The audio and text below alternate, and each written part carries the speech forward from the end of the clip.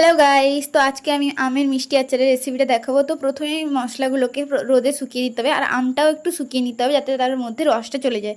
তার 2.5 কেজি আমের জন্য 500 তেলে তাতে মেথি আর চন্দনী দিতে হবে। আর এই দুটো দেওয়ার পর একটা আলাদাই স্মেল বেরোয়, খুবই সুন্দর। তারপরেতে সামান্য পরিমাণে আদা বাটা দিতে হবে। তারপর এই শুকিয়ে যাওয়া, হালকা করে শুকিয়ে যাওয়া আমটা সবটা দিয়ে দিতে হবে। তারপরে আমগুলো ভেজে নেওয়ার পর তাতে 1 কিলো চিনি দেওয়া হয়েছে। যেহেতু আমাদের আমটা মিষ্টি ছিল তাই 1 কিলো দেওয়া হয়েছে। তোমাদের যদি বেশি টক হয় আমটা, তাহলে তোমরা 1.5 কিলো বা তার থেকে একটু বেশি দিতে পারো।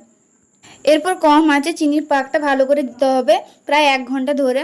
যতটা পাক ভালো হবে ততটাই আচারটা ভালো হবে। চিনির পাকটা হয়ে গেলে লাস্টে নামানোর সময় লঙ্কার গুঁড়ো, তারপরে এলাচের গুঁড়ো, ধনে আর জিরের গুঁড়ো দিয়ে ভালো করে মিক্সড করে নামিয়ে ফেলতে হবে। আমাদের আমের মিষ্টি আচার রেডি। দেখেই খুব খেতে ইচ্ছে করছে, খুবই সুন্দর হয়েছে। তো অবশ্যই সবাই লাইক করে দিও, আর বাড়িতে